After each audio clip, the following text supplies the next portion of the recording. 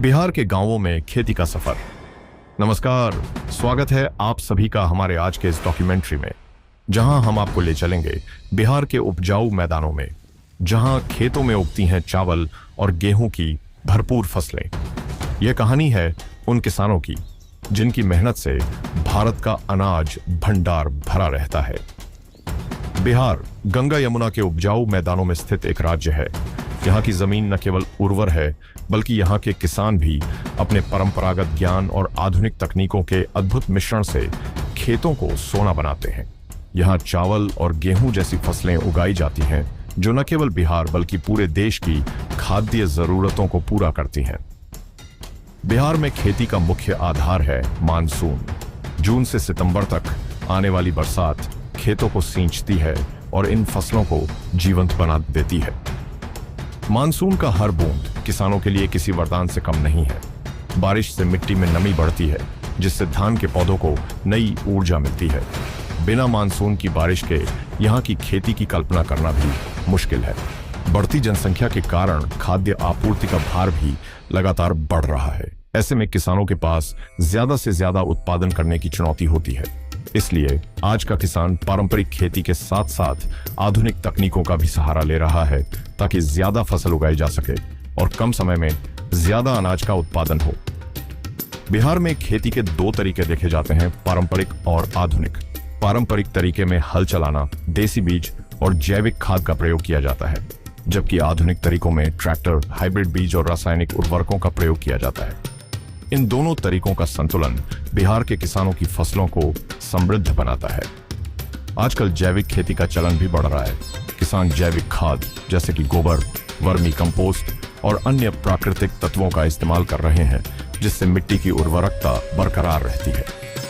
वहीं कुछ किसान रासायनिक खादों का भी उपयोग कर रहे हैं, जो कि फसल उत्पादन को तेजी से बढ़ाते हैं।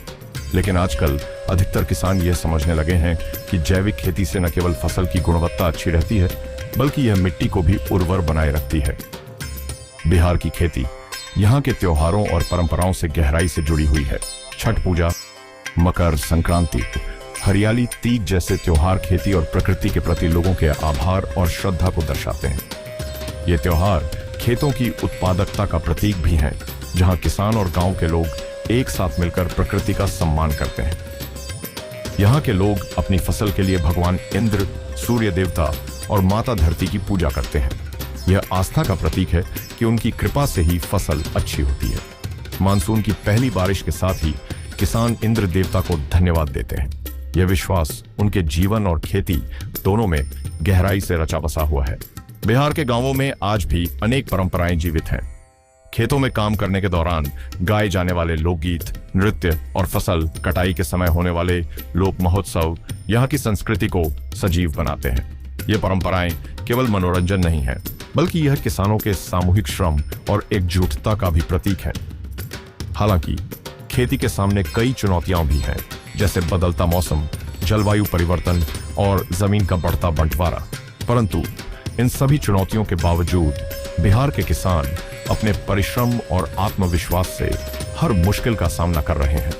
उनके पास न केवल परंपरा का ज्ञान है, बल्कि नई तकनीकों का भी सहयोग है, जो आने वाले समय में उन्हें और भी सक्षम बनाएगा। तो यह थी बिहार के खेतों और किसानों की कहानी, जहां परंपरा, आस्था, मेहनत और आधुनिकता का संगम देखने को मिलता है। यह कहानी केवल बिहार के किसानों की नहीं, बल्कि पूरे भारत के हर किसान की है, जो हमारे देश के लिए अनाज की फसलें उगाकर हमारा भविष्य उज्जवल बनाते हैं। आज हम सभी को अपने किसानों पर गर्व होना चाहिए। आइए हम भी इन किसानों का सम्मान करें और इस धरती से जुड़ने का संकल्प लें। धन्यवाद।